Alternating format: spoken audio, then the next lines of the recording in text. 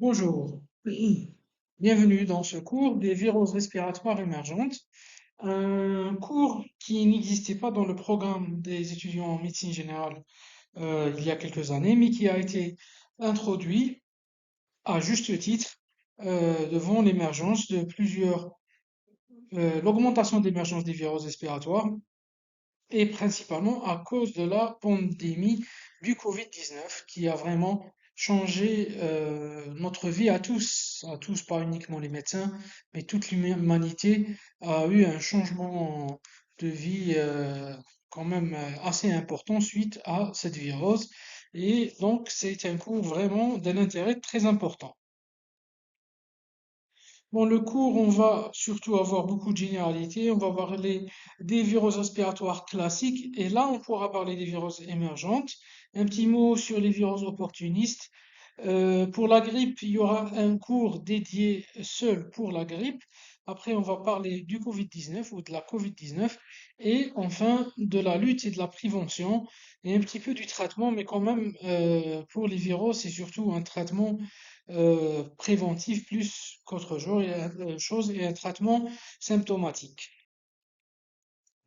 Les infections virales respiratoires constituent un chapitre important des pathologies infectieuses humaines. On peut dire que en consultation, en médecine en général, les viroses respiratoires représentent le motif de consultation le plus fréquent au monde.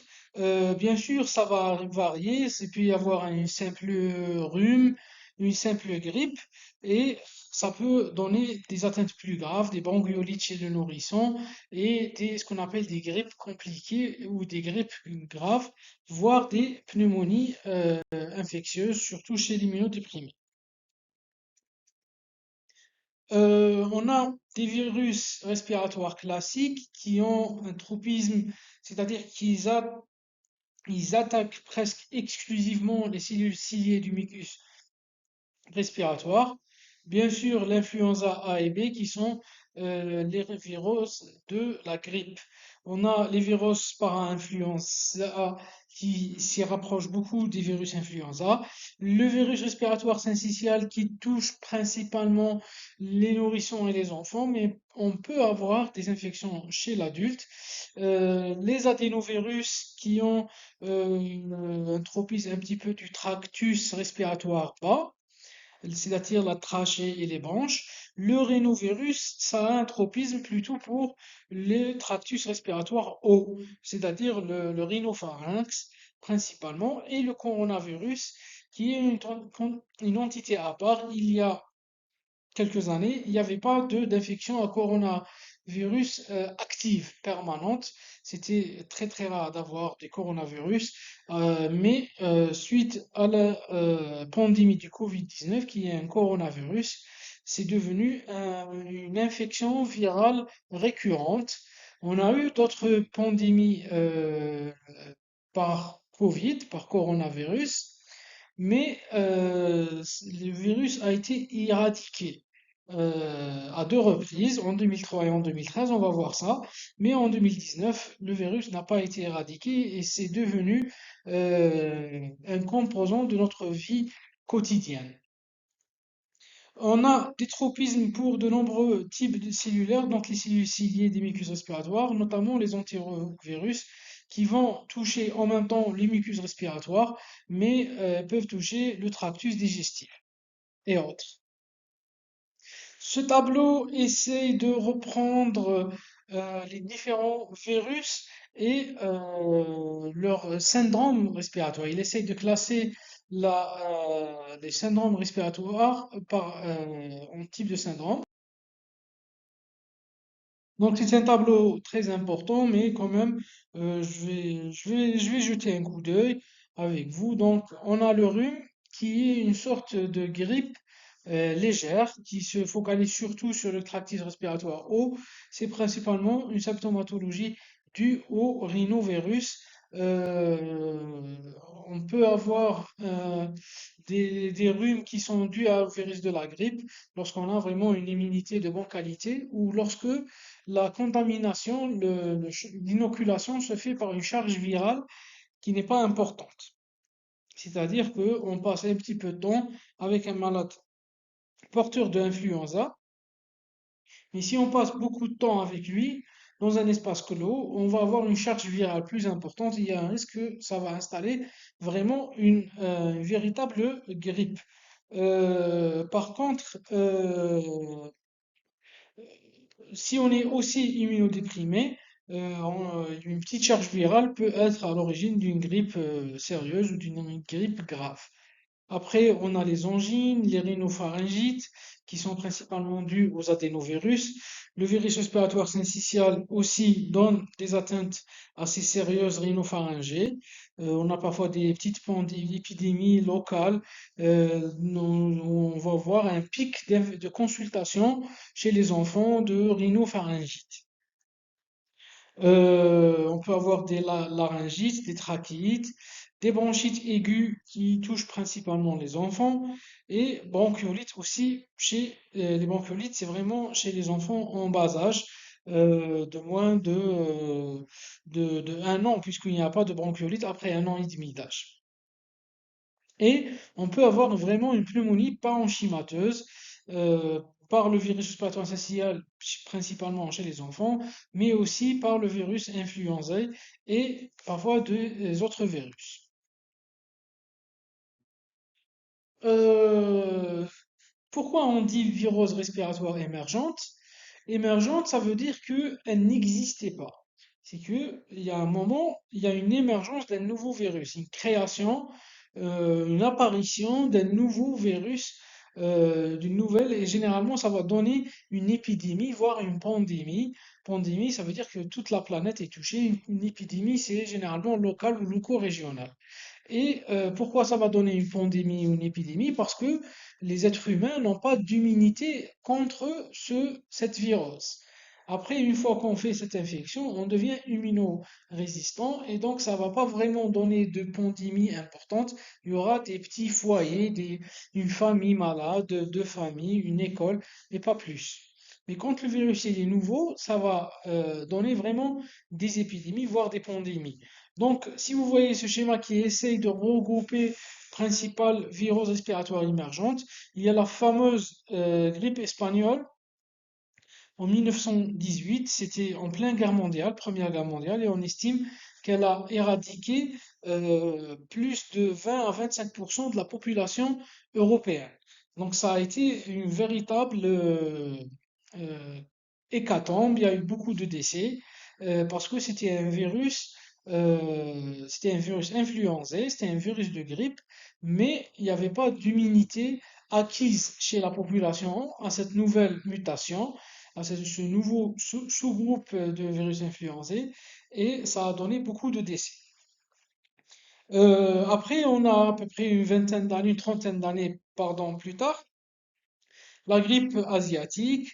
Une dizaine d'années après, la grippe hongkongaise et vous voyez le nombre de décès qui diminue. D'accord? Et vous remarquez que l'espacement entre les différentes émergences est vraiment, il se rapproche. Avant, c'était 40 ans, après, c'était 10 ans, après 30 ans, mais après, c'est moins de 10 ans. D'accord? Et là, ça ne regroupe pas les viroses émergentes grippales. Si on inclut aussi l'émergence des virus grippales, c'est vraiment très, très rapproché. Pour la grippe, j'ai laissé pour le cours de la grippe. Donc là, il y a eu un premier SARS, un premier Covid c'était le Covid 2002-2003. Ça a duré quelques mois uniquement et ça a donné 700 décès. On va voir après c'est quoi la différence entre le Covid 2002-2003 et le Covid 2019. On a eu aussi un Covid en 2012, c'était les virus, c'était en Moyen-Orient, on l'appelle Middle Eastern. C'était un Covid de Moyen-Orient, ça a touché les pays du Golfe et ça a donné aussi un nombre très limité de virus, de décès, pardon. Et là, on schématise les animaux qu'on suspecte avoir été porteurs de ces virus. On voit que les oiseaux sont les principaux porteurs, c'est ce qu'on appelle les grippes aviaires. qui sont liés à des oiseaux et les coronavirus qu'on suspecte ayant été portés par les chauves-souris. Et on va détailler ça après. Pour le Middle Eastern de 2012, on suspecte qu'il y a eu une transmission de la chauve-souris au chameau et du chameau à l'être humain.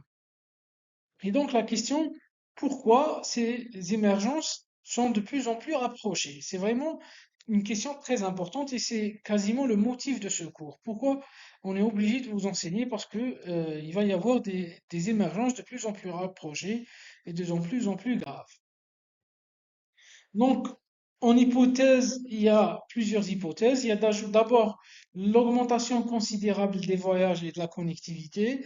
S'il y a quelqu'un qui a un petit virus de grippe en Corée, il va prendre, il va être en contact avec quelqu'un qui va prendre l'avion en Angleterre, puis il va contaminer quelqu'un qui va partir en train en France. Et donc, on vit dans un monde qui est beaucoup plus connecté qu'il y a 50 ou 70 ans. Il y a aussi une hyper-urbanisation, ça veut dire qu'on vit condensé dans des villes. Le sujet dont je viens de parler, qui va aller en Angleterre, il va contaminer plus d'une dizaine, voire une vingtaine de personnes. Parce qu'il va prendre le métro, il va prendre le bus, il va aller dans des endroits clos, il va être en contact avec des dizaines et des dizaines, voire des centaines de personnes. Alors qu'avant, on vivait dans un monde rural où on vivait à l'espace libre. On ne voyageait pas dans des moyens de transport fermés et donc la vie rurale limitait la transmission des différents virus. Et l'hyperurbanisation, ça va être le contraire. Un autre facteur, c'est le changement climatique. On suspecte le changement climatique ayant perturbé la vie des différents animaux qu'on a vus tout à l'heure, notamment les chauves-souris et les oiseaux. Et enfin, l'une des hypothèses les plus importantes, c'est surtout l'exposition au commerce d'animaux sauvages en Asie. Et c'est surtout en Asie du Sud-Est, principalement en Chine.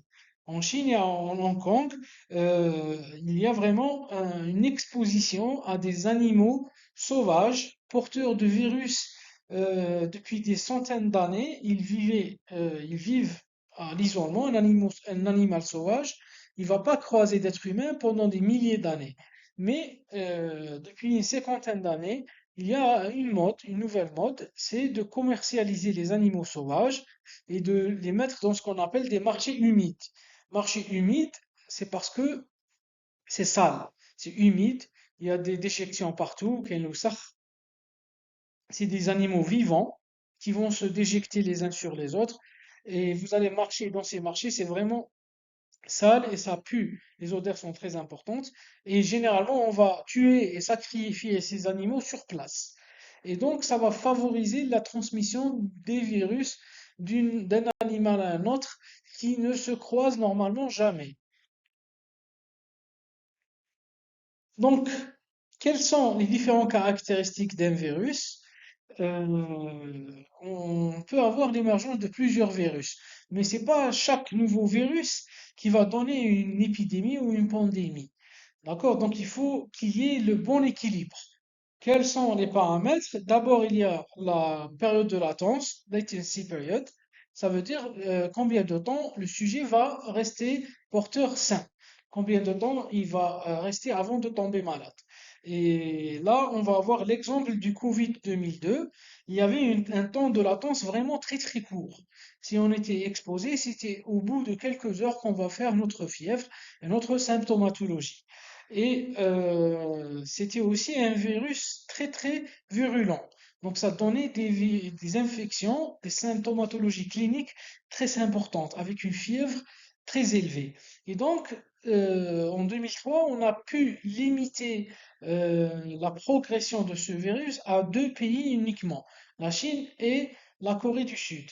Et parce que on a mis en place des contrôles au niveau des aéroports, on ne laissait pas passer les sujets fébriles parce que il n'y avait pas quasiment de porteurs sains. Sujet porteur du virus Covid 2002, il était très très symptomatique. Euh, alors qu'en 2019, il y avait beaucoup de sujets porteurs sains qui pouvaient porter les virus pendant plusieurs jours.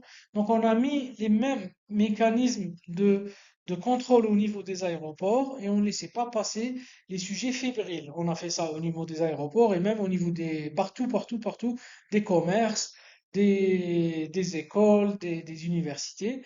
Et on n'a rien fait, ça n'a rien donné parce qu'il y avait des porteurs sains. Et comme c'était un nouveau virus, on n'avait pas ces informations.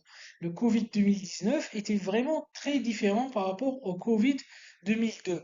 Et ça nous a pris plusieurs mois pour pouvoir avoir ces différents paramètres, de savoir qu'il y avait un temps de latence important, la période d'infection, de contagiosité, c'était à partir du troisième au 10e jour. Ça nous a pris du temps pour savoir ça que le mécanisme de transmission, que c'était un mécanisme aéroporté, ça a aussi pris beaucoup de temps. Si vous vous souvenez, les premiers mois, on faisait de la désinfection au javel, des portes, des voitures, des roues de voitures, des surfaces qu'on appelait la désinfection des surfaces, des tables, des chaises et même des espaces publics. Il y a eu même une interdiction de s'asseoir sur les chaises publiques parce que les premières analyses montraient la présence de virus sur ces surfaces. Mais avec le temps, on a compris que c'était des virus morts. Donc, il y avait des virus morts sur les poignées de porte, sur les mains. Mais le vrai mode de transmission, il était aéroporté. C'était de rester dans un espace clos avec un sujet porteur. Et lorsqu'il va tousser, lorsqu'il va respirer, lorsqu'il va parler, il va nous contaminer. Il y avait quelques cas de transmission manuportée, c'est-à-dire via les mains. C'était principalement des infections de conjonctivite, conjonctivite Covid. Mais c'était vraiment très très rare. Et donc vous voyez que la science, elle a besoin de temps pour pouvoir paramétrer un virus, pour pouvoir dire quelles sont les caractéristiques d'un virus. Et lorsque c'est un virus qui est nouveau, on ne peut pas savoir ces paramètres. Et c'est pour ça qu'on vous fait ce cours, parce que vous allez être les médecins de demain, et dans une dizaine, une quinzaine, une vingtaine d'années, il y aura une nouvelle épidémie. Et donc, il faut faire très attention, il faut lire, il faut se documenter sur ce nouveau virus, mais il faut avoir un esprit critique pour, surtout concernant la science qui se fait dans l'urgence.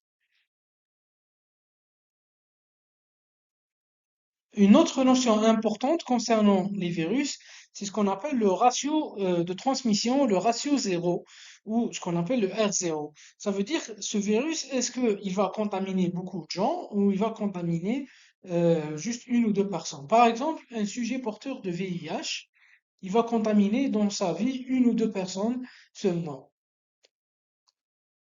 Par contre, un sujet porteur de grippe, il va contaminer une dizaine, voire une vingtaine de personnes, parce que le virus de la grippe, il est très contaminant, aéroporté, il est très facile de contaminer quelqu'un. Il y a une autre notion, ce qu'on appelle le RT. Ça veut dire le ratio à un moment T. C'est-à-dire, euh, un sujet dont, va contaminer, on va dire, une quinzaine de personnes s'il est porteur de grippe. Mais si on sait qu'il y a une épidémie de grippe et on va dire à la télé qu'il faut faire attention, qu'il faut se laver les mains, qu'il faut porter des bavettes, qu'il faut aérer les espaces clos, qu'il ne faut pas aller voir ses parents lorsqu'on est malade, surtout les sujets immunodéprimés. Donc, on va changer le ratio de transmission grâce à ce qu'on appelle les mesures de distanciation sociale. Et c'est souvent efficace et on va pouvoir diminuer le R de transmission. Un R égal à 1 est un R généralement acceptable, surtout pour la grippe et le Covid, c'est-à-dire un sujet va contaminer maximum un sujet. L'idéal, c'est bien sûr, c'est d'avoir un 1 inférieur à 1, mais c'est très difficile à avoir. Un R inférieur à 1, c'est-à-dire que tu vas contaminer beaucoup moins de personnes, c'est-à-dire que tu vas contaminer moins d'une personne. Et donc, ça va progressivement effacer l'épidémie. C'est vraiment très, très difficile à avoir. Généralement, on est à R2, R3 pour la grippe. Lorsqu'on fait une distanciation sociale, lorsqu'on ne fait pas de distanciation, euh, c'est beaucoup plus élevé. Et donc, il y a des paramètres qui vont augmenter le R, l'hyperurbanisation, l'usage intensif des transports en commun, les rassemblements de foule, principalement les rassemblements de foule dans des espaces clos. Désolé de le dire, mais un vendredi, Biljumu'a, un espace fermé, des sujets âgés, un espace clos, ça va être un lieu de transmission. Donc, l'idéal, c'est au moins de porter la bavette pour ces sujets et de bien aérer les mosquées lorsqu'il y a une épidémie de Covid ou de grippe importante, puisque les sujets âgés sont enclins à faire ce qu'on appelle des grippes graves. Ce schéma essaye de résumer la contagiosité des différents virus. Vous avez la grippe qui se situe entre 1,5 à 3 personnes, le VIH 2 à 5 personnes, la rubéole 5 à 7 personnes.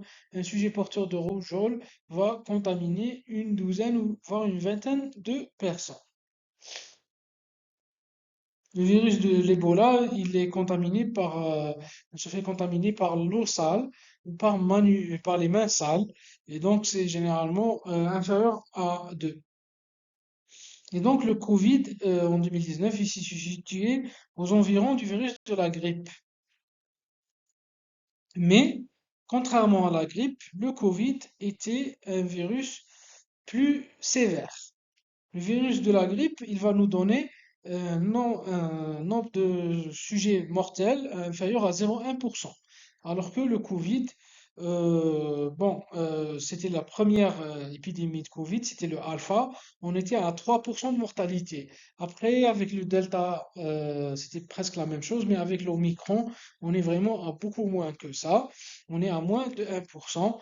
Et donc ça, c'était le Covid. Si on prend le SARS 2002, c'était un virus beaucoup plus mortel, à 10%, et avec des sujets porteurs sains très rares. Et donc le SARS était tellement grave qu'on a pu le limiter. La grippe, elle est tellement pas grave qu'on n'a pas vraiment besoin de la limiter. Le Covid, c'était vraiment au milieu. C'est pour ça le Covid, il a perturbé la vie de tout le monde. C'était un virus qui n'était ni très grave, ni pas grave. Il était en moyen, donc il pouvait y avoir beaucoup de sujets porteurs sains qui allaient contaminer beaucoup de sujets, mais parmi ces sujets, il va y avoir des cas graves et qui vont mourir. Et c'était vraiment une difficulté de prendre en charge et de, de travailler durant cette épidémie. Donc, on va se focaliser maintenant sur le Covid-19, ce qu'on appelle le coronavirus, parce qu'il a une couronne de récepteurs. Tous les virus coronavirus, ils ont une couronne de récepteurs autour du virus. C'est une virus qui a émergé fin 2019. Le virus responsable, c'est le SARS-CoV-2. Euh, et le lieu d'apparition, c'était la ville de Wuhan, en Chine, en décembre 2019. La propagation a été très rapide avec déclaration de l'état de pandémie par l'OMS en mars 2020. Il faut dire que la Chine n'a pas été coopérante en 2019, contrairement à 2002 où il y a eu une déclaration rapide des cas à l'OMS. En 2019, ils ont caché la gravité des cas. C'était pour raison politique. C'est pour ne pas dire qu'il y a des problèmes, pour dire qu'on est toujours bien, on n'a jamais de malade, on est toujours dans... Et donc, lorsqu'il y a la politique qui rentre dans la médecine, on va y avoir des problèmes. Et la Chine a vraiment limité l'efficacité de l'OMS et l'efficacité des moyens de limitation de propagation. Il y a plusieurs hypothèses de l'origine de ces virus. L'hypothèse principale, c'est que c'est une zoonose qui est probablement due à des chauves-souris avec un intermédiaire inconnu. Probablement, on va le voir, c'est l'animal du pangolin qu'on va voir après.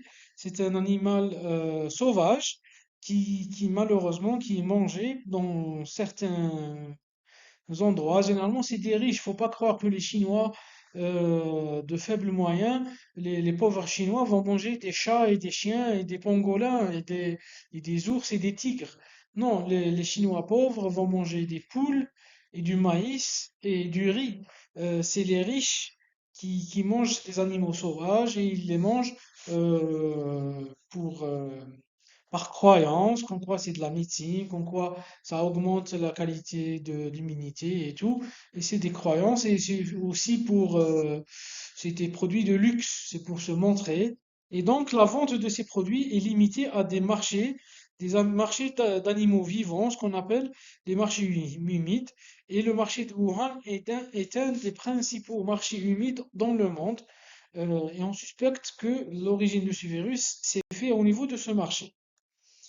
Donc ça, c'est les chauves-souris, bien sûr. Et ça, c'est le pangolin. Et si vous allez voir sur Internet, vous allez voir des vidéos, des cages de pangolins, sur des cages de chauves-souris, sur des cages de reptiles, sur des cages de chats, les uns sur les autres, des poules, des chiens, des écureuils, des ours, les uns sur les autres. Et il y aura les déjections de l'animal qui est en haut, qui va descendre sur les animaux qui sont en bas. Et ils sont tous vivants et il va y avoir des contaminations les uns les autres, sans parler de l'abattage, du sacrifice qui se fait sur place. Euh, donc là, vous voyez une perruche derrière des chauves-souris, les uns sur les autres, sans respect de aucune mesure d'hygiène. Il y a eu aussi une autre hypothèse que l'émergence de ce virus a été faite au niveau de laboratoire de virologie de Wuhan, puisqu'il y avait beaucoup de... Ils étudiaient beaucoup le coronavirus, ils étudiaient les chauves-souris, et donc c'est une hypothèse qui reste plausible, mais qui nous donne la même leçon. Il ne faut pas toucher les animaux sauvages, que ce soit pour les manger ou pour les étudier. L'idéal, c'est de les laisser tranquilles pour éviter l'émergence de nouvelles maladies qu'on n'est pas censé avoir. Quelles sont les caractéristiques cliniques? Bon, ça, c'est une planche que du début du Covid, c'était la variante alpha. Il y avait beaucoup de cas de fièvre. La majorité des cas faisaient des fièvres, de la toux, des myalgies, des pharyngites, des maux de gorge, des céphalées, vomissements, diarrhée et quelques cas de conjonctivite. Avec la mutation du virus, actuellement on a principalement de l'Omicron, il y a beaucoup plus de porteurs sains. Si ce schéma essaie de comparer le virus du Covid avec le virus de la grippe, le flu, et cold, c'est le rhume. Le rhume, on a dit que c'est principalement le rhinovirus. Et donc là, vous avez les différentes symptomatologies. Bien sûr, pour le Covid, c'est surtout la fièvre, la toux, la fatigue, la dyspnée et d'autres difficultés respiratoires.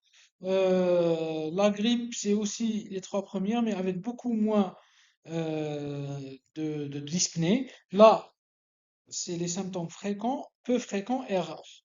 Donc pour le rhume, il y a vraiment rarement on va avoir de la fièvre, on va avoir de la dyspnée ou on va avoir des douleurs musculaires.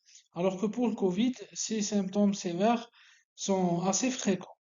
Euh, et donc, j'ai fait exprès de vous laisser les signes en anglais. C'est pour que vous connaissiez un petit peu des termes en anglais. Fever, c'est la fièvre. Cough, c'est la toux. Fatigue, c'est l'asthénie, c'est la fatigue. Shortness of breath, c'est la dyspnée. Respiratory issues, c'est d'autres symptômes ou d'autres difficultés respiratoires. Body aches, c'est des douleurs musculaires, douleurs au niveau du corps. Headaches, c'est des céphalées. Loss of appetite, c'est la perte d'appétit. Runny nose, là on passe surtout pour des symptômes du rhume. Les écoulements nasales. Nasal congestion, c'est l'obstruction nasale. Sore throat, c'est les douleurs au niveau de la gorge. Et diarrhea, c'est la diarrhée. Et je vous invite à prendre le temps, à faire une pause et à bien voir ce tableau. Ce schéma essaye de comparer la vitesse la progression par le temps, par ces trois formes de maladie et on va dire virus. Donc pour le rhume, rhinovirus, parfois même l'influenza peut donner un rhume lorsqu'il est léger, ça va être très rapide. Euh, Pardon, c'est graduel, mais euh, ça se prolonge pas dans le temps. D'accord? Au niveau de 3 4 jours, ça va disparaître. Euh, pour la grippe, c'est progressif, progressif, et à un certain moment, ça va donner une progression abrupte, une progression rapide, et généralement, ça va se prolonger à plus de 4 jours, 5 à 6 jours, voire plus. Pour le Covid, la Covid, c'est des symptômes qui vont vraiment être graduels, qui vont être prolongés dans le temps. Pour le alpha, c'était plus de 10 jours. Pour l'omicron, c'est un peu moins de 8 jours. Mais c'est pour voir la différence de la progression. Là, c'est la progression de l'installation des symptômes. Et là, en haut, c'est la période d'incubation. La période où on est vraiment porteur asymptomatique. Après, il peut y avoir différents types d'évolutions. La majorité du temps, ça va être une évolution bénigne. Là, j'ai dit, c'est pour le Covid alpha. C'était en 2020. 13% de cas sévères et 5% des cas de réanimation. Et on a dit avec des décès à environ 2%. 2%, faut pas négliger, 2% de décès, c'est une catastrophe extraordinaire. Si vous imaginez qu'il y aura 20% de cas sévères et graves et mortels mélangés, si l'épidémie se progresse rapidement, ça veut dire qu'il y aura 20% de la population qui va être hospitalisée. Pour une ville comme La Roate à 500 000 habitants, il va y avoir 100 000 habitants qui doivent être hospitalisés en quelques semaines. Et les capacités des moyens hospitaliers, les moyens de santé seront rapidement dépassés. Et c'est ce qui s'est passé durant la vague Delta, puisqu'il y a eu plusieurs vagues. La troisième vague, c'était la vague Delta qui a été le plus mortelle en Algérie, puisqu'on a pu limiter plus ou moins la première phase alpha à quelques villes. C'était principalement Blida, Alger et Djidel. Mais la Delta, c'était tout le monde, parce qu'on n'a pas fermé à temps et les structures de santé, il y avait, euh, les gens commençaient à ne pas croire. Lorsqu'on parlait du virus, les gens disaient qu'il y avait trop de moyens de restriction pour une maladie qui est légère. Ils voyaient ça sur YouTube et ils voyaient dans leur entourage qu'il n'y avait pas vraiment de cas sévères. Et donc les autorités ont limité la distanciation pour laisser les gens travailler. Le peuple algérien, c'est un peuple journalier. Beaucoup de gens n'ont pas l'argent pour manger pour le lendemain. عنده قيس يومه في نهاره. شغل يخرج يجي يخدم باش ياكل ولادو العشية. Et si tu leur fais des mesures de distanciation pendant plusieurs semaines, ils n'ont pas de quoi manger. Et donc, il y a eu une fatigue sociale et étatique. Et la troisième vague, elle a été vraiment très, très grave. On manquait de tout au niveau de l'hôpital. On manquait d'oxygène, on manquait de médicaments, on manquait de masques à oxygène, on manquait de lits, on manquait de barboteurs d'oxygène, on manquait de perfuseurs, de traitements injectables, de compresses, de gants, de bavettes, de blouses, de surblouses, de paramédicaux. Il n'y avait pas d'infirmiers, il n'y avait pas de médecins. Tout le monde était dépassé, tout le monde était, euh, plusieurs, pas tout le monde, mais il y avait beaucoup de cas graves au niveau du personnel. Et donc les structures de santé ont été dépassées par un nombre de cas sévères. Donc, bon, j'ai un petit peu dépassé les planches, mais c'était important à dire. Et donc, on va avoir des cas bénins, modérés, sévères, et personne à risque de développer des formes sévères. Vous pouvez faire pause pour lire tout ça. Ici, dit gravité, il y a eu un manuel algérien pour prendre en charge les cas de Covid. On a essayé d'identifier les signes, les cas sévères. Donc, s'il y avait une dyspnée, une cyanose, des tirages sternal, balancement thoraco-abdominal, une désaturation sous oxygène nasal, c'était des signes sévères respiratoires. Il y avait des signes sévères cardiovasculaires, des tachycardies, des bradycardies, des hypotensions, des marbrures généralisées ou des signes sévères neurologiques, il y en avait. Et c'était généralement annonciateur de cas très très très graves. Et les personnes à risque de forme sévère, c'était les sujets âgés, les sujets avec des antécédents cardiaques, mais pas seulement. On a eu surtout là, c'était pour le virus alpha, pour le variant alpha du Covid, mais pour le delta, il y avait beaucoup de cas jeunes immunocompétents, sans la moindre antécédent, qui ont fait ce qu'on appelle une tempête cytokinique, une tempête inflammatoire. C'était pas le virus lui-même qui a été à l'origine de symptomatologie sévère, c'est leur système immunitaire qui répondait de manière trop importante. Donc il répondait avec une inflammation très sévère et ça a donné des cas vraiment mortels chez des jeunes. Maintenant, pour les critères d'admission et réanimation, bon, c'est plus ou moins les mêmes critères que vous allez voir dans les infections bactériennes, les pneumonies, les infections respiratoires basses. Bon, ça, c'était des critères qui ont été développés pour le Covid. Il y avait des critères majeurs, patients nécessitant le recours à la ventilation mécanique ou présentant un état de choc septique, et des critères mineurs, soit une hypotension artérielle, soit une atteinte multilobaire, soit ce qu'on appelle un rapport PaO2-FiO2 inférieur à des 150. PaO2, c'est la pression partielle en oxygène dans le sang, et le FiO2, c'est le pourcentage de sang dans l'air qu'on respire. Donc, l'air qu'on respire normalement fait 21% d'oxygène. Si on est sous oxygène, ça va être plus. Donc, il y a plusieurs formules. Si le malade est sous ventilation, c'est l'appareil qui va nous donner le FiO2. Si il est juste sous masque d'oxygène, il y a une formule. On prend le 21% plus 4 fois le débit d'oxygène. Donc, généralement, on met le malade sous 4 litres ou 6 litres d'oxygène. Donc, si c'est 4 litres, 4 fois 4, 16. 16 plus 21, c'est 37 pour avoir le FiO2. Ce rapport, on va le retrouver aussi dans la définition de la SDRA. Quand c'est inférieur à 200, c'est qu'il y a une SDRA. Après, il faut savoir, bon, le manuel du guide algérien avait pris les mêmes critères que la société américaine, mais ça a changé. Ça a changé, ça dépend des moments de l'épidémie. Il faut savoir que, par exemple, à la droite, la réanimation, ça prenait 4 à 5 malades uniquement. Et à un certain moment, on avait environ 350 malades de réanimation en même temps. Donc tous les deux hôpitaux de Boeing et de le mixte, ils étaient complètement remplis de cas de réanimation. Tous les cas étaient avec un PaO2 inférieur. On n'avait pas de gazon, mais c'était des cas nécessitant une ventilation. Tout le monde avait des cas graves.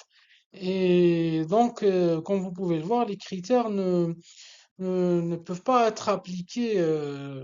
Donc, on adapte les critères, même les critères d'hospitalisation.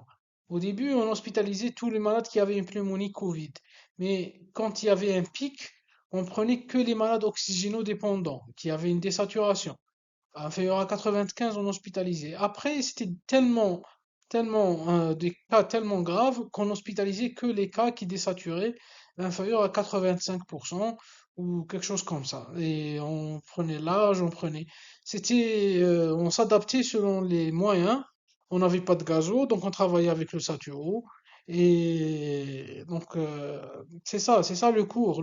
Ce cours, c'est de dire que il faut s'adapter à de nouvelles maladies, à de nouveaux virus, selon la situation et selon les moyens. Après, pour le diagnostic du Covid, euh, avec le temps, on a eu les tests. On a eu le test sérologique. Après, on a eu le test antigénique. Test antigénique, et on a eu la PCR. La PCR, ça coûte cher. Le test antigénique, ça a pris presque une année pour être développé. Et le test sérologique, c'est pas très précis, mais on l'a eu un peu plus tôt. Mais au début, c'était uniquement la TD1. Il n'y avait pas de test virologique ou sérologique. Donc c'était uniquement la TDM et il y a eu les sociétés savantes ont essayé de développer des critères. Il n'y avait pas de signes typiques de Covid, mais il y avait des signes orientants de typiques. Donc il y a des signes typiques, des signes atypiques. Donc si vous avez ces aspects-là, c'est que vous vraiment plus ou moins vous écartez du Covid. Et atypique, c'est moyen moyen. Et ils ont créé une classification, ce qu'on appelle la classification Corat. Un Corat 1 ou la 2, c'est qu'il y a de faibles probabilités que ce soit un Covid. Un Corat 4 ou 5, c'est de fortes probabilités. Un Corat 6, c'est que c'est confirmé par un moyen virologique. Par exemple, là, c'est un Corat 2, c'est une infection bactérienne. C'est une pneumonie bactérienne, avec même ce qu'on appelle l'aspect en arbre en bourgeon. On ne le voit pas bien. Inch'Allah, on va faire une séance de TDM. Mais il n'y a pas le verre dépoli, il n'y a pas l'aspect Covid. Là, c'est un Corat 4. C'est un aspi de verre dépoli, on le voit ici, le verre dépoli. Et là, il y a un épaississement des parois, c'est ce qu'on appelle le crazy paving. D'accord? Donc ça, c'était plus ou moins typique d'un Covid. Un Corat 5, toujours le verre dépoli. Là, il y a le verre dépoli, le verre dépoli. Là, c'est ce qu'on appelle une réticulation sous-pleurale. C'est un signe que il y a une chronicité du Covid. Et il y a une épargne du parenchyme qui est le plus périphérique. Là aussi, on voit l'épargne du parenchyme qui est le plus périphérique. Et là aussi, on le voit à peine, ça épargne le parenchyme le plus extrême. Là aussi. Ça, c'est un signe en faveur d'un Covid.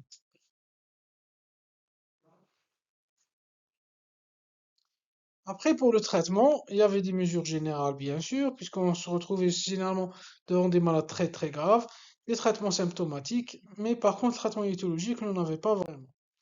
Il y a eu plusieurs propositions de comment prendre en charge le malade, comment décider s'il faut hospitaliser, s'il faut envoyer en ambulatoire, s'il faut envoyer en réanimation. Ça, c'est l'arbre décisionnel du CHU Mustapha. Si vous ne le voyez pas, c'est que sur la vidéo, votre vidéo n'est pas en haute définition. Je vous propose d'augmenter la définition de YouTube pour pouvoir bien lire les critères. Après, on a la lutte et la prévention des infections virales ce qu'on appelle, ça fait partie du traitement. Il y a d'abord le réseau Gohan. Le Gohan, c'est l'OMS qui l'a développé et c'est un réseau mondial qui permet de surveiller et de déclarer les épidémies, l'émergence de nouveaux virus. Je vous ai dit qu'en 2002-2003, c'était très efficace et ça a permis de limiter la progression du virus du Covid-1. Mais le SARS-CoV-2, la Chine n'a pas coopéré avec le Gohan. Ils ont caché l'émergence du virus, l'émergence des cas, et donc ça a limité l'efficacité de ce réseau.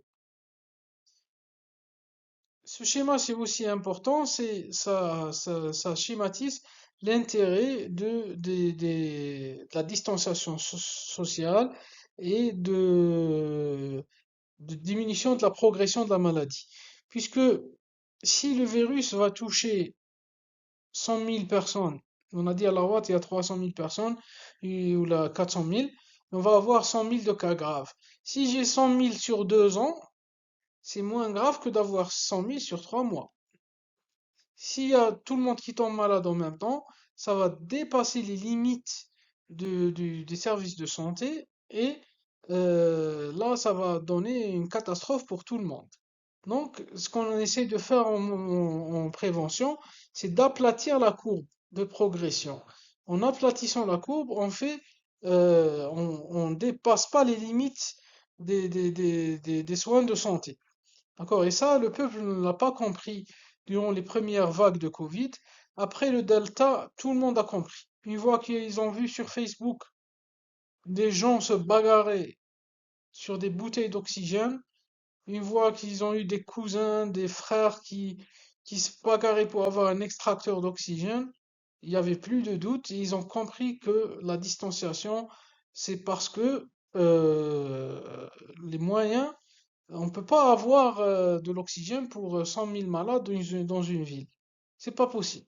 C'est mathématiquement pas possible. D'accord? La tuyauterie de l'hôpital, le centre d'extraction d'oxygène, c'est pas possible. Donc, le seul moyen, c'est d'étaler la progression. Certains ont cru que les moyens de distanciation, c'était pour ne pas faire fatiguer les médecins et les infirmiers. Oui, c'est vrai, c'est pour ne pas fatiguer les médecins et les infirmiers, mais après un certain moment, la pression sociale, ça, ça a donné qu'il y a eu une haine, une certaine haine envers le personnel de santé. Ils disaient qu'on ne nous laisse pas travailler, on ne laisse pas sortir juste pour reposer les médecins et les infirmiers.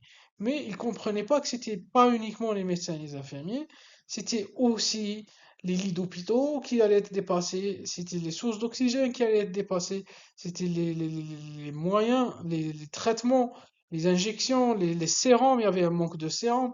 Donc c'est toute la structure de santé qui risque d'être dépassée. Donc, malgré la présence des infrastructures du Gohan, les tactiques entreprises furent variées et fortement hétérogènes d'un pays à un autre. Le Gohan, c'était un réseau de coopération, mais c'est pas lui qui donne les lois. C'est pas l'OMS qui va décider, il va dire aux Chinois comment il va faire, à l'Algérien comment il va faire. C'était les gouvernements et les services de santé locaux qui décidaient de comment faire, comment limiter la progression du virus. On s'orientait selon des critères culturels, sur le niveau de développement et les institutions politiques.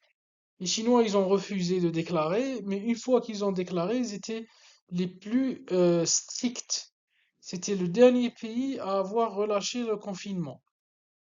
Alors que si vous prenez la Suède ou les pays nordiques, il y avait plusieurs pays qui n'ont pas fait de confinement. Ils ont juste dit à tout le monde, travaillez depuis chez vous, mettez des masques, et c'est tout, et tout le monde a respecté. Parce que c'est comme ça, ils ont une culture de respecter le gouvernement, ils ont confiance. Mais il y a d'autres pays où on ne fait pas confiance, on doute des directives du gouvernement, et surtout lorsque on utilise la force, on utilise la police, le matraquage, ça augmente le manque de coopération. Donc, il faut trouver une politique qui limite la progression tout en respectant les particularités. En Algérie, c'était le premier pays, comment ils ont limité la progression? On a mis le couvre-feu. On a mis le couvre-feu durant la nuit et l'idée du gouvernement, c'était de limiter les interactions sociales. Donc, tu vas travailler jusqu'à 16 heures, tu fais tes courses, 18 heures, tu es chez toi. Il n'y a pas d'interaction, il n'y a pas de mariage, tu vas pas voir ton oncle, ton grand-père. Donc, ils ont calculé, ils ont dit que ça va limiter le RT, le ratio de transmission. Euh, Certains ont rigolé. D'accord, certains ont rigolé, ont dit le virus, il travaille que la nuit. L'idée, c'était pas de limiter à 100% la progression du virus, c'était de la freiner. Et avec le temps, ça a prouvé son efficacité. Il y a eu des pays européens qui ont repris la méthode du couvre-feu. L'Algérie, pourquoi ils ont pris le couvre-feu? Parce que on a des antécédents. Il y avait la décennie noire dans les années 90 et il y avait disons que les services responsables ont l'habitude d'instaurer des couvre-feux. La gendarmerie, la police, ils sont entraînés, ils savent, ils ont un héritage. Ils savent comment faire un couvre-feu, comment limiter le déplacement du peuple durant la nuit. Et le peuple a aussi des antécédents, peut-être pas tout le monde, mais il y avait nos parents, il y avait les grands-parents, ils savent ce que c'est un couvre-feu. Et donc en instaurant un couvre-feu, ça a été le plus facilement adapté à la population algérienne qui a vécu la décennie noire dans les années 90. D'autres pays, ils ont utilisé d'autres méthodes. En France, ils ont mis des zones, un système de zonage, et tu sors pas de chez toi sans autorisation. Ça veut dire tu ouvres ton téléphone, tu t'inscris sur un site, tu dis pourquoi tu vas sortir, je vais faire des courses, je vais faire du footing, je vais aller travailler, et tu attends, après tu auras ton autorisation, et tu sors avec ton autorisation. Si le policier t'arrête, tu lui montres l'autorisation. Si tu n'as pas d'autorisation, tu payes une amende de plusieurs centaines d'euros. C'est un pays où tout le monde a un téléphone, tout le monde peut installer une application. Si on faisait ça en Algérie, tout le monde n'a pas un téléphone, il sait comment installer une application, comment faire une autorisation. D'accord? Donc, chaque pays a instauré des méthodes qui étaient adaptées. Donc, donc, et même en France, je vous ai dit, ils ont abandonné après le zonage, les autorisations, les zones rouges, jaunes et vertes. Et même eux, ils ont instauré à la fin des méthodes de couvre-feu. En tous les cas, ça s'est adapté d'un pays à un autre. Euh, on peut résumer ces différentes méthodes en analyse ouverte au public, analyse ouverte au sujet. Ah, là, c'était le dépistage. C'était qui dépistait? Qui dépistait du Covid? Qui est-ce qui peut bénéficier d'un test PCR ou d'un test antigénique? Donc au début, c'était très limité d'avoir l'accès à un test. Et donc il y a eu des pays où c'était ouvert pour tout le monde. C'était surtout la Corée du Sud et l'Allemagne. Il y a certains pays qui ont ouvert ça uniquement au sujet symptomatique. La majorité des pays européens ont fait ça. Euh, Il y a eu des pays qui ont réservé ça aux sujets symptomatiques présentant quelques critères spécifiques, comme par exemple les travailleurs de santé, les sujets contacts, les patients nécessitant une hospitalisation. Donc, j'ai des symptômes, mais je ne travaille ni dans un hôpital, ni j'étais devant un sujet contact, ni je suis un malade oxygénodépendant. Donc, je reste chez moi sans faire de test. Si je deviens grave ou j'ai besoin de rentrer à l'hôpital, on me fait un test pour savoir est-ce que je dois être hospitalisé avec les cas Covid ou les cas non Covid. Si je suis travailleur dans la santé, c'est important pour savoir si je vais contaminer les malades. Si j'ai contact aussi. Et il y a eu des pays où il n'y a eu aucune stratégie de dépistage. Bon, l'Algérie, elle a été principalement dans le groupe 3 parce que le groupe 2, ça demande beaucoup de moyens. Au début, ils ont dit on va donner des tests à tout le monde, à tous les cas symptomatiques. C'était la guerre à l'hôpital. C'était vraiment la guerre. Après, on a limité. On a dit on fait les tests de 17 heures à 19 heures à tous les cas symptomatiques. C'était absolument la guerre. Des centaines de personnes qui attendent à faire un frottis nasal et on était dépassé en tant que médecin. Comment faire le test, comment l'acheminer au laboratoire. C'était vraiment impossible à faire dans les moyens algériens de faire un test ouvert à tous les sujets symptomatiques. Et donc, l'Algérie, après, elle a limité. On est passé au groupe 3. On instaurait, au fur et à mesure, on adaptait nos conduites à tenir selon notre expérience. Et c'était la bonne décision. Pour la politique d'austérité, donc ça je parlais avant. Donc on a limité la mobilité dans les lieux publics, mais c'était pas synonyme de réussite. Surtout qu'avec le temps, on a compris que les lieux publics aérés ne posaient pas de problème. D'accord? Il y a l'image qui me revient toujours d'un policier qui cassait à coups de marteau des chaises, des bancs publics, comme si le fait de sortir, de s'asseoir sur le banc dans un jardin, vous allez contaminer tout le monde. Donc au début, il y avait très peu d'informations et il y avait de l'excès de zèle. Chacun faisait ce qu'il avait dans la tête. Donc on essayait. On a annulé les événements publics, les matchs de foot, les mariages, les trucs où il y a un rassemblement de nombre important de personnes. Et ça a été très efficace. Euh, Imposition de restrictions de rassemblements privés, les réunions de famille, les visites familiales, c'était vraiment un lieu de contamination important. Les fermetures des écoles, ça a été efficace, mais il fallait rouvrir dès qu'il y a un versement d'épidémie, parce qu'on ne peut pas vivre sans école et sans travail. Et les écoles, le problème, c'est que les enfants ne peuvent pas porter de bavette, donc c'est vraiment du tac au tac. Il y avait après une politique, s'il y a plus de 5 cas dans une école, c'est toute l'école qui fermait pendant une dizaine de jours. Après, on a eu des fermetures de lieux de travail, mais là aussi, ça a été inversé assez rapidement. Et enfin, les contrôles de déplacements internationaux, fermeture des transports publics, restriction des circulations entre les villes et les régions, n'a pas eu d'effet notable. Là aussi, en Algérie, on a eu ça. Ils ont interdit le déplacement d'une wilaya à une autre, alors que ça, c'était pas ça le problème. Le virus, il était presque dans toutes les wilayas, et le problème, c'était ça, c'était les regroupements. C'est le regroupement de familiaux, les regroupements dans des espaces clos. Le virus, il se déplace. Il y aura toujours un policier qui va passer, un gendarme, un militaire, un médecin, un transporteur, un chauffeur de camion, un chauffeur de marchandises qui va passer et qui va transporter le virus. Donc le virus, il a pas facilement touché toute la planète. Parce qu'il y a des gens qui doivent passer. Mais le plus important, c'était pas ça. Le plus important, c'était d'aplatir la courbe de progression du virus. La Suède a réussi à freiner l'agression du virus sans emploi, sans aucune loi ou de période de confinement obligatoire, et en se basant principalement sur des campagnes de sensibilisation et la coopération volontaire de la population. Le gouvernement japonais a pris des mesures obligatoires et s'est limité, il n'a pas pris de mesures obligatoires et s'est limité à publier des lignes directrices et à se baser principalement sur la culture morale de ses citoyens.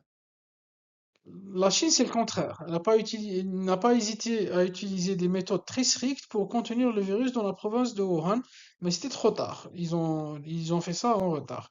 La France et l'Italie se sont basés sur des sanctions financières, donc des amendes, pour renforcer leur politique de zonage vert, rouge et orange. Pour l'Algérie, je vous ai dit, c'était les couvre-feux et limitation de regroupements familiaux et de grands nombres de personnes dans des espaces clos. Donc, et avec le temps, on a adapté ces politiques. Après, j'ai le souvenir de l'Angleterre qui, euh, quand il y a diminution de l'épidémie, ils ont limité le regroupement dans des espaces fermés. Donc, ils ont calculé, par exemple, un restaurant, ils ont mis une méthode de calculer le taux d'aération de ce restaurant. S'il y a suffisamment de fenêtres, il peut ouvrir. S'il n'y a pas suffisamment de fenêtres, il ne peut pas ouvrir. Et donc, il y a eu des travaux pour aérer les restaurants, les lieux de travail, pour limiter la progression du virus.